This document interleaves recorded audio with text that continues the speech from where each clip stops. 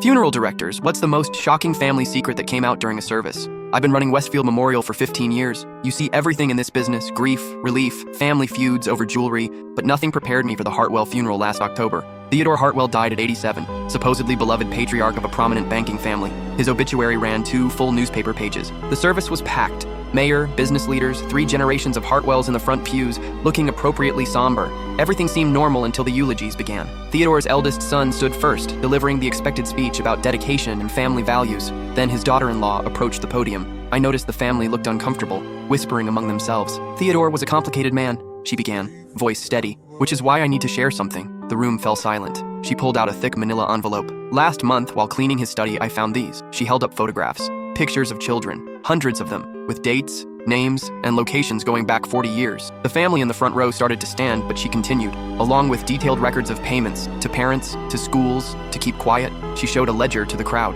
My father-in-law documented everything. Names, ages, amounts paid. The youngest was 7. The silence was deafening. Theodore's son lunged toward the podium, but 2 ushers stepped forward. They were actually police officers I hadn't noticed entering earlier. Mrs. Hartwell contacted us yesterday, one officer announced. This is now an active investigation. The family erupted. Theodore's widow screamed that her daughter-in-law was lying, desperate for inheritance money. His sons demanded the photos be destroyed, but more relatives began speaking up. I always wondered why Uncle Theodore paid for my college, one nephew said quietly. Now I know why he insisted I spend summers at his cabin. An elderly woman in the back stood up. My grandson visited that cabin in 1987. He never spoke about what happened there. He killed himself 2 years later. That's when I realized this wasn't a funeral anymore. It was a reckoning. The police confiscated everything. The service ended with the family scattered, half demanding lawyers, half finally understanding decades of unexplained behavior from children who'd spent time with Theodore. 6 months later, the investigation uncovered a network spanning 3 states. Theodore had been meticulous, every victim documented, every payment recorded like business transactions. The ledger contained 127 names spanning 4 decades.